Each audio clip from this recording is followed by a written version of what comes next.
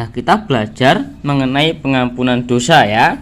Di halaman 69 ya. Kita belajar mengenai pengampunan dosa. Setiap orang pasti tidak lepas dari kesalahan oleh sesuatu yang diperbuatnya.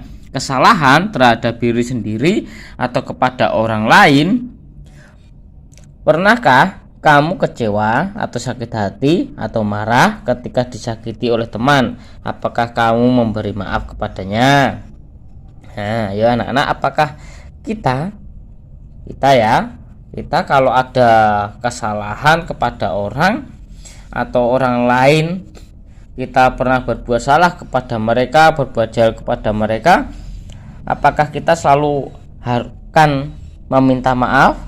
Aku minta maaf ya, aku udah berbuat salah kepada kamu. Apakah kita berbuat seperti itu? Nah, kalau bisa, kita setidaknya sebelum orang lain memaafkan kita harus meminta maaf terlebih dahulu ya. Atau sebelum orang lain minta maaf, kita harus meminta maaf terlebih dahulu ya. Jangan sampai membuat sakit hati atau kecewa, nanti malah bikin pusing ya, bikin nggak bisa tidur. Itu kalau sakit hati dan kecewa ya. Kita harus selalu memberi maaf kepada orang atau teman yang pernah melakukan kesalahan kepada kita ya, dengan tulus loh ya.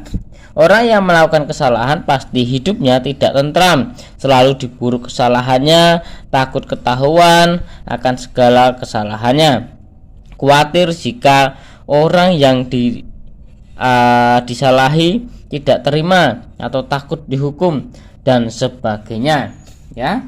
Kita ya, ini loh ya, kita harus meminta maaf kalau kita bersalah. Misalnya kita berbohong atau mencuri atau melakukan hal-hal yang tidak baik atau tidak jujur kepada orang tua atau tidak baik kepada teman atau guru, kita harus meminta maaf ya. Jangan sampai nanti malah tidak memaafkan terus dari hari ke hari, kan sampai besar toh nanti kita. Nah, sampai besar terus kita masih terngiang-ngiang atau selalu teringat-ingat tentang kesalahan itu ya. Kita harus selalu, kalau berbuat salah, kita harus mengakuinya, mengakui di hadapan manusia, mengakui di hadapan Tuhan ya.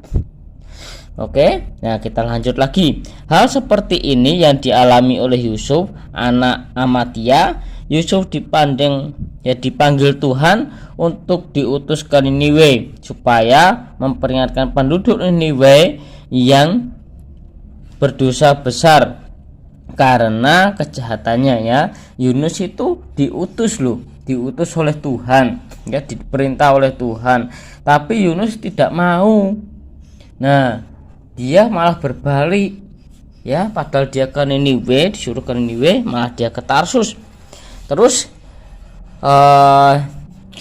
kapalnya ada badai. Nah, di laut ada badai, dan ternyata Yunus lah yang diundi, ternyata Yunus yang kena. Nah, habis Yunus yang kena, ternyata dia cerita kalau dia itu seorang hamba Tuhan. Nah, dia diutus Tuhan untuk ke Niniwe, tapi dia tidak taat. Nah, sampainya di situ ada angin badai, angin sakal, terombang-ambing kapalnya. Terus diundi, Yunus yang kena.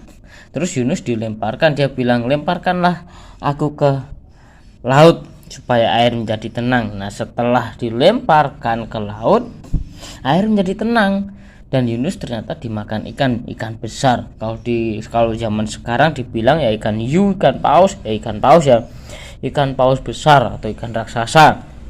Nah, habis dimakan ternyata anginnya tenang, airnya tenang, dan ombaknya juga reda, dan mereka bisa melanjutkan perjalanan lagi ya. Di Niniwe, Yunus memperingatkan penduduk Niniwe untuk bertobat dari dosanya dan tidak melakukan kesalahan atau kejahatan lagi. Nah, Niniwe adalah sebuah bangsa yang besar. Yunus harus menyampaikan bahwa apabila dalam waktu 40 hari penduduk Niniwe tidak bertobat, maka Tuhan akan menghancurkan kota Niniwe. Padahal kotanya besar, tapi cuma dalam jangka waktu 40 hari Yunus harus bisa menobatkan mereka semua. 40 hari ya, kalau dibilang 1 bulan lebih ya. 1 bulan lebih berapa minggu? 1 minggu lah ya, itu kalau dibilang ya, oke. Atau 1,5 bulan itu harus menobatkan seluruh penduduk kota Niniwe. Atau seluruh penduduk kota Niniwe itu banyak banget penduduknya. Nah, apakah bisa cuma 1 orang? Nah, ternyata bisa. Yunus bisa melakukannya. Kalau Yunus tadi nggak bertobat, nah si Yunus tidak bertobat, Yunus tidak bisa menaklukkan kota Niniwe. Nah, seperti itu ya. Nah, atas perintah Tuhan Yunus tidak atas perintah Tuhan Yunus tidak menapatinya. Ia tidak pergi ke Niniwe, tetapi fakto dengan naik kapal yang menuju ke Tarsis. Nah, Tuhan menghukum Yunus dengan menurunkan angin badai yang membuat kapal terombang-ambing dan hampir tenggelam. Nah, tadi ya Bapak sudah cerita tadi, kapalnya hampir tenggelam.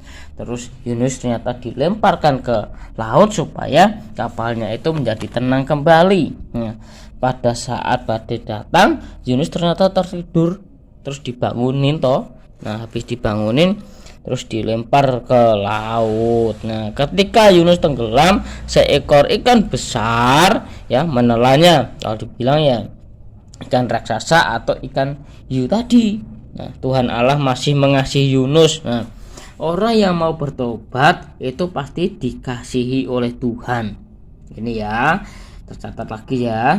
Nah, Tuhan memerintahkan supaya ikan itu memuntahkan Yunus di pantai. Nah, Tuhan mengutus Yunus untuk yang kedua kalinya supaya pergi ke Niniwe. Ya, padahal tadi diperintah oleh Tuhan sendiri, dia tidak mau. Nah, langsung Tuhan menyuruh ikan loh, hewan loh ya. Yang mengantarkan itu hewan ternyata. Nah, dibilang kepada manusia, manusia ngeyel. Hewan yang jadi alatnya Tuhan ya. Semua itu bisa jadi alatnya Tuhan. Hewan pun juga bisa jadi alatnya Tuhan. Ya, contohnya ikan besar tadi. Nah, itu dalam 40 hari ya, 40 hari Yunus harus bisa menobatkan bangsa Niniwe.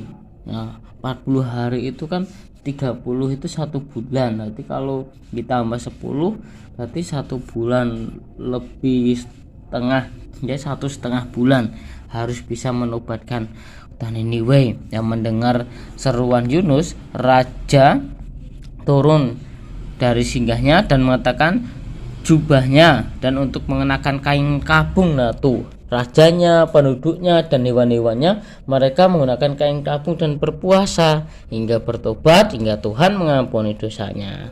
Nah, sampai di sini pembelajaran kita hari ini. Sampai kembali lagi atau sampai bertemu lagi di bagian 2. Tuhan Yesus memberkati. Selamat melaksanakan aktivitas dan tetap jaga kesehatan ya. Tuhan Yesus berkati.